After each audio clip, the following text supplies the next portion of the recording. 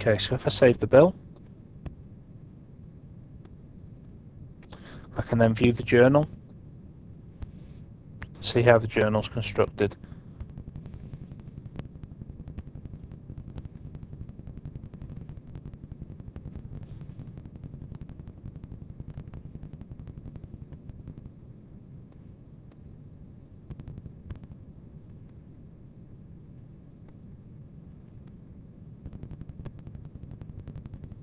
Close these windows and then go into Find Purchase Order and find the purchase order I just entered, you'll see it's still showing in the Open Purchase Orders tab because we've still got 5 remaining. So if I look at the tabs for received, I'll see that I've received 5 out of the 10 for the bullets and 10 out of 10 for the handgun, and if I look at the build tab, it will also show me that I've billed that same quantity.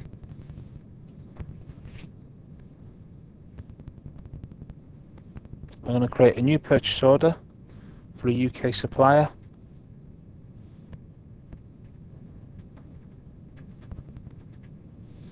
This time for 20 handguns, and I want them at £20.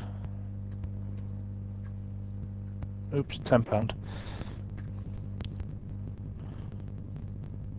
Again, I'm going to create a GRN for this in the next step. So I'm just going to save the purchase order and go straight to receive items from within here.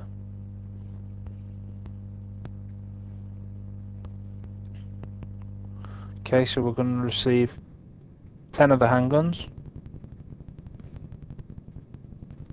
and this time we're going to presume that we're not going to have any more off the supplier, so we're going to actually write it off. So we're going to say yes to change the ordered quantity.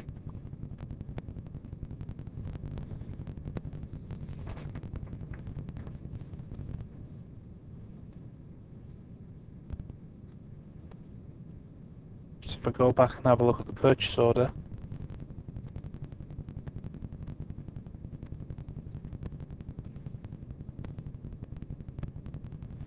look at the summary tab, we'll see that there's none left.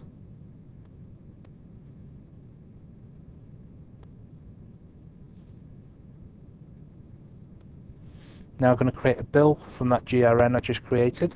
So if I go into new bill, I can pick up my GRN. That'll open up the details on the screen. This time I'm going to change the terms to 30 days net.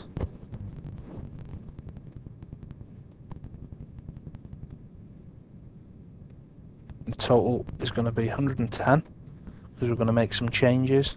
£19.25 on the tax for a total of £129.25.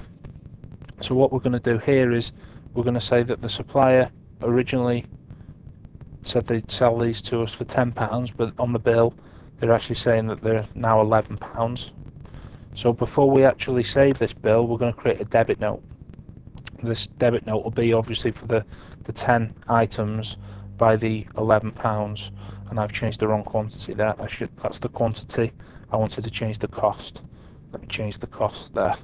So it's 10. We're booking in 10. We're confirming 10, but it's at the £11 cost and not the £10 cost. Now, before we save the bill, what we're going to do is create a debit note.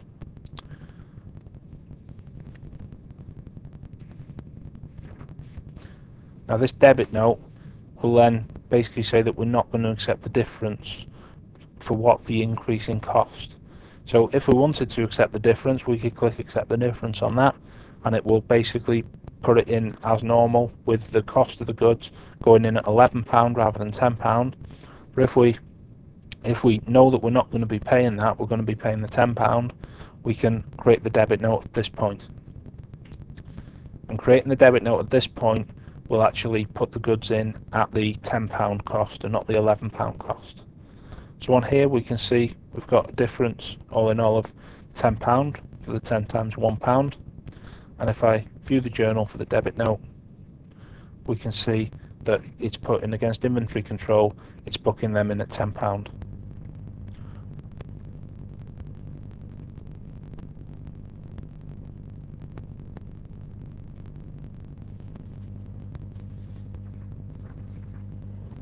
I actually needed to print that debit note, so I'll go into Find Debit Note, open it back up, and click Print. And we can print this and send it to the supplier. And what we'll notice on the print is that it actually tells the supplier why we want a debit note, why we're issuing that debit note to them. Now if we also drill down into the handgun item,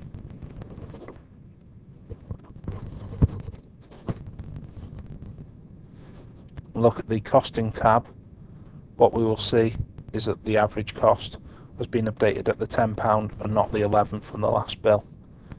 If I double click that, it'll show me what's gone in to make that. We can see bill number 5, it's got it there at £10. If I hadn't created the debit note or I'd have accepted the difference, it would have booked it in at £11.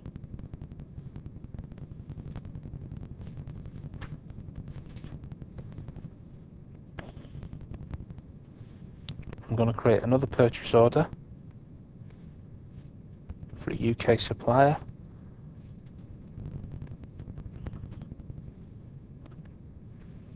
For 10 handguns at £10.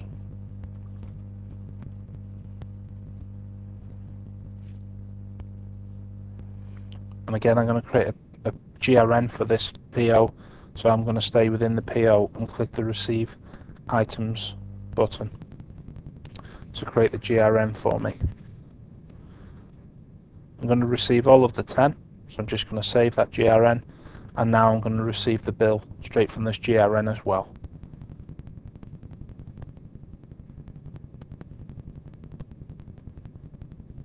I want to view it. And now what I'm going to do on the bill is change the terms to just be 30 days net. That obviously changes the tax figure, etc. But I'm also going to make some other changes to this. So the net's going to be £121. It's going to be 21.18 in tax. Give me a total of 142.18. And then what we're going to do is confirm 11 in. So we're going to say that they've billed us for 11 instead of 10, as well as a confirmed cost of 11. So again, we're going to create the debit note before saving the bill. Very important to do it before we save the bill, otherwise it'll book it in at the average, the inflated cost rather than the lower cost, the one that we're willing to pay. So now we do create the debit note. So it says here we've got basically a difference of £1 on the cost, as well as a difference of 1 on the quantity as well. So I'm going to create the debit note. So it creates 2 lines on the debit note this time. One will be for the 10 times £1, and one will be for 1 times £11.